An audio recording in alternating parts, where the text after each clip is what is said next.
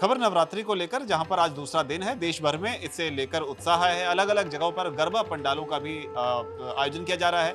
उस तरह की तस्वीरें निकलकर सामने है। लेकिन अब इसे लेकर एक विवाद खड़ा होता नजर आ रहा है। विवाद है धीरेन्द्र शास्त्री के बयान को लेकर, जहां पर अब उन्होंने जो बयान दिया है उसमें उन्होंने हज का भी जिक्र किया है, साथ ही मुसलमानों का भी खुलकर जिक्र किया है। क्या है पूरा मामला, बताने के लिए पल्लवी मौजूद है। पल्लवी, क्या कुछ कहा है धीरेन्द्र शास्त्री ने और किस बात को लेकर उनके बयान की चर्चा हो रही है? जी, धीरेन्द्र शास्त्री के बयान के बारे में तो जानेंगे ही, साथ ही अभी हम देख रहे हैं कि नवरात्रि का पावन पर्व है, लोगों में एक अलग ही उत्साह है गरबा को लेकर खासकर। लेकिन इस बीच जो है वीएचपी और अब धीरेन्द्र शास्त्री का जो बयान आया है वो कहीं ना कहीं हलचल मचाता हुआ दिख रहा है। दरअसल अब इस बयान की चर्चा जो है सोशल मीडिया और न्यूज़ चैनलों पर होने लगी है। इससे पहले हमने वीएचपी का बयान देखा था। वीएचपी ने कहा कि जो भी लोग गरबा के पंडाल में एंट्री लेते हैं तो उनको टीका चंदन लगा कर ही आना होगा, हाथ में कलावा होना ही चाहिए। इस बयान पे ही विवाद जो है वो एक अपग्रेड लेवल तक पहुंच गया था। लेकिन अब धीरेन्द्र शास्त्री ने जो बयान दिया है वो और भी ज़्यादा जो है वो लोगों में एक माहौल क्रिएट करता हुआ नज़र आ रहा है। उन्होंने क्या कहा है एग्जैक्ट मैं बयान बताती हूँ।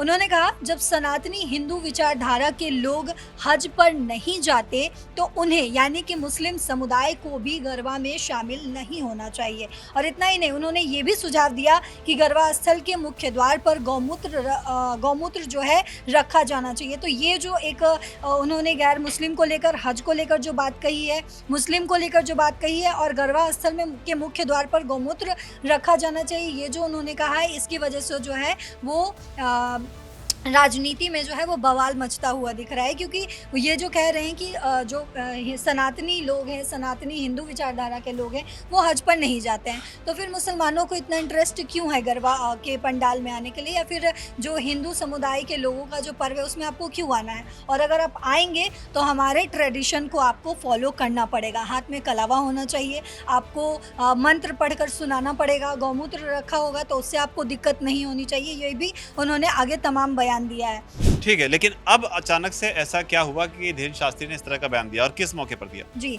दरअसल धीरेन्द्र शास्त्री हाल ही में लवकुश नगर के बम्बर बेनी मंदिर पहुंचे थे। वो उधर अक्सर जो हम देखते रहते हैं कि वो अक्सर अलग अलग जगहों के मंदिरों में पहुंचते रहते हैं, लोगों को प्रोत्साहित भी करते हैं, खासकर वो हिंदुओं के लिए वो खुलकर बोलते हैं। वहाँ हज़ारों भक्तों का जो है हज़ारों भक्तों ने उनका फूलों और आरती के साथ स्वागत किया। इस दौरान उन्होंने मंदिर में मां बम्बर बेनी के दर्शन किए और क्षेत्र की सुख समृद्धि के लिए प्रार्थना की। उन्होंने ये भी ऐलान किया कि जल्द ही वहाँ एक कथा का आयोजन करेंगे। उनके साथ स्थानीय विधायक अरविंद पटेरिया भी उनके साथ मौजूद थे, जिन्होंने मंदिर तक सड़क बनाने का वादा किया ताकि भक्तों को दर्शन के लिए आसानी हो। तो ये जो है वो लवकुश नगर पहुँचे थे, वही बम्बर बेनी मंदिर है जहाँ पे दर्शन करने के लिए, और जहाँ वहाँ पर बहुत सारे लोग मौजूद थे।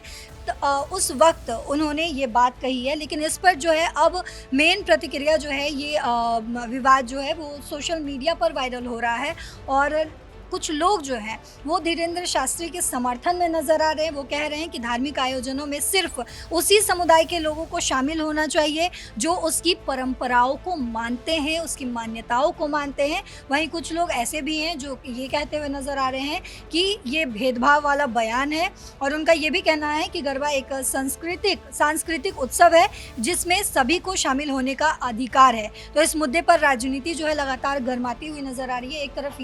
एक तरफ ऐसे लोग हैं जो ये कह रहे हैं कि धीरेन्द्र शास्त्री जो कुछ भी कह रहे हैं वो सही कह रहे हैं, तो एक पक्ष ऐसे भी हैं जो ये कह रहे हैं कि गरबा जो है उसमें सबको जाने की अनुमति होनी चाहिए, ऐसा कुछ भेदभाव जो है वो नहीं होना चाहिए। भेदभाव नहीं होना चाहिए। गरबा का आयोजन होता है, इसमें हमारी माताएं, बहनें और बेटियां जो हैं इसमें हिस्सा लेती हैं। कई बार इस तरह के मामले देखे गए हैं कि कुछ अराजक लोग जो हैं वो इसमें घुस जाते हैं और कुछ ना कुछ इस तरह घटनाएं होती हैं, जिसके बाद पत्थरबाजी से लेकर कई सारे जो हिंसात्मक एक्ट है वो देखने को मिलता है।